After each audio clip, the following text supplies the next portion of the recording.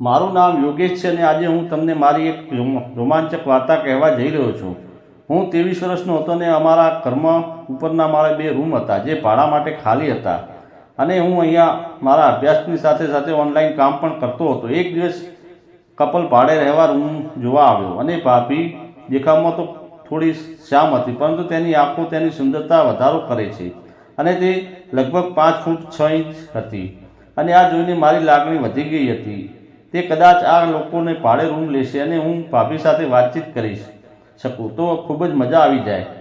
અને તેઓ રૂમ જોયો અને પછી મારો ફોન નંબર લીધો અને થોડા દિવસ પછી ભાભીના પતિનો ફોન આવ્યો કે તેમણે કહ્યું કે હું અઠવાડિયામાં તમારા રૂમમાં રહેવા આવી જઈશ. અને તે ભાભીનું નામ સંગીતા હતું અને તેના પતિનું નામ વિકાસ હતું અને તે રહેવા આવ્યા. એ માટેની ખુશી સાંભળીને હું ખૂબ જ ખુશ થઈ ગયો અને હું મનમાં વિચારવા લાગ્યો કે હવે હું ભાભી સાથે સરળતાથી વાત કરી શકીશ. અને હવે આ ભાભીની વાત ત્યાં મારા મગજમાં ચાલી રહી હતી કે ભાભી કેવી રીતે સમજાવું કે જો હું મોટા ભાગનો સમય મારા ઘરે રહેવા માટેનો જ છે. એ દિવસમાં શિયાળાનો સમય હતો. હું એક દિવસ છત ઉપર બેઠો હતો અને છત ઉપર સંગીતા ભાભી પણ આવી હતી. અમે બંને લાંબા સમય સુધી બેસીને વાતો કરતા. એટલે મને એક સિગરેટ પીવાની આદત હતી. એક દિવસ તેમણે મને પૂછ્યું કે તમારે કોઈ ગર્લફ્રેન્ડ છે? મેં કહ્યું ના, મારે કોઈ ગર્લફ્રેન્ડ નથી. તો તેમણે પૂછ્યું કેમ?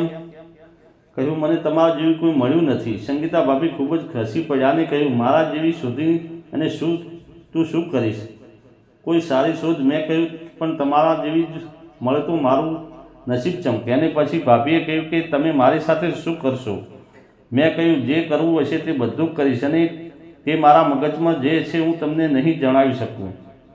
તેણે કહ્યું કે બીજું તો શું છે તમારા મનમાં? મેં કહ્યું સમય આવશે ત્યારે હું તમને બધું કહીશ. તે દિવસ પણ અમારી વચ્ચે આવી જ રીતે બધી વાતો થતી હતી. બાદમાં તે નીચે આવી અને સંગીતા સાથે વાતો કરી અને શરૂઆત થઈ અને વિચારવા લાગ્યું કે ભાભીએ મારી સાથે આવી વાતચીત કેમ શરૂ કરી અને તેના મનમાં શું હતું.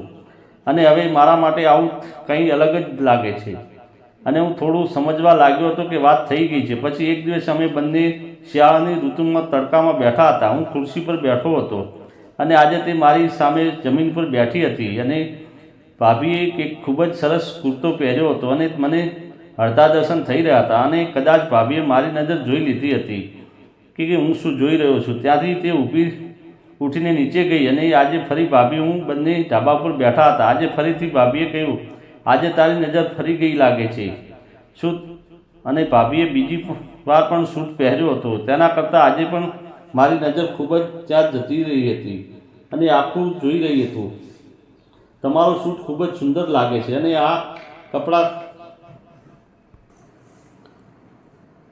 આ કેવા કપડાં છે અને કોટન જેવું લાગે છે. તો તેણે કહ્યું કે તમે પકડીને જુઓ. મને લાગ્યું કે આ એક સારી તક છે. પછી મેં મારા હાથ સીધો તેમની તરફ લંબાવ્યો અને સૂટ બરાબર જોયો અને જોવાના બહાને ત્યાં અમુક જગ્યાએ હાથ પણ લગાવ્યો અને તે તરત જ ગુસ્સે થઈ ગઈ અને તેને કહ્યું આ કેવી રીતે કપડાં તપાસવામાં આવે છે?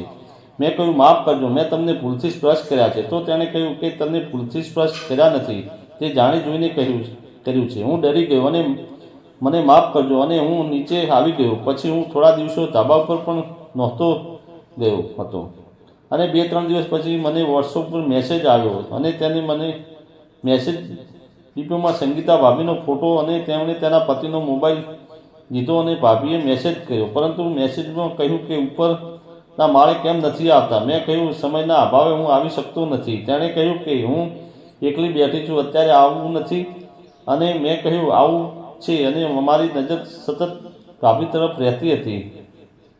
રૂમના દરવાજા તરફ ગયો અને સહેજ ખુલ્લો હતો. જોયું તો ભાભી વિસ્કીની બોટલમાંથી એક પેક બનાવી રહી હતી. હું ચૂપચાપ જોવા લાગ્યો અને જ્યારે તે પી રહી હતી ત્યારે અચાનક રૂમનો દરવાજો ખુલ્યો અને તે ખુલવાને કારણે તે ડરી ગઈ અને મેં કહ્યું અરે ભાભી કોઈ વાંધો નહીં, હું આ વાત કોઈને નહીં કહું, આવું તો આજકાલ ચાલે જ છે. અને તેણે કહ્યું કે તમે પણ પીતા લાગો છો. મેં કહ્યું ના, હું પીતો નથી, પણ જો તમે મને પીવડાવશો તો હું ચોક્કસ પીશ. તે પછી અમે બંને 2 ગ્લાસ પીધા અને મને પણ નશો આવ્યો લાગ્યો.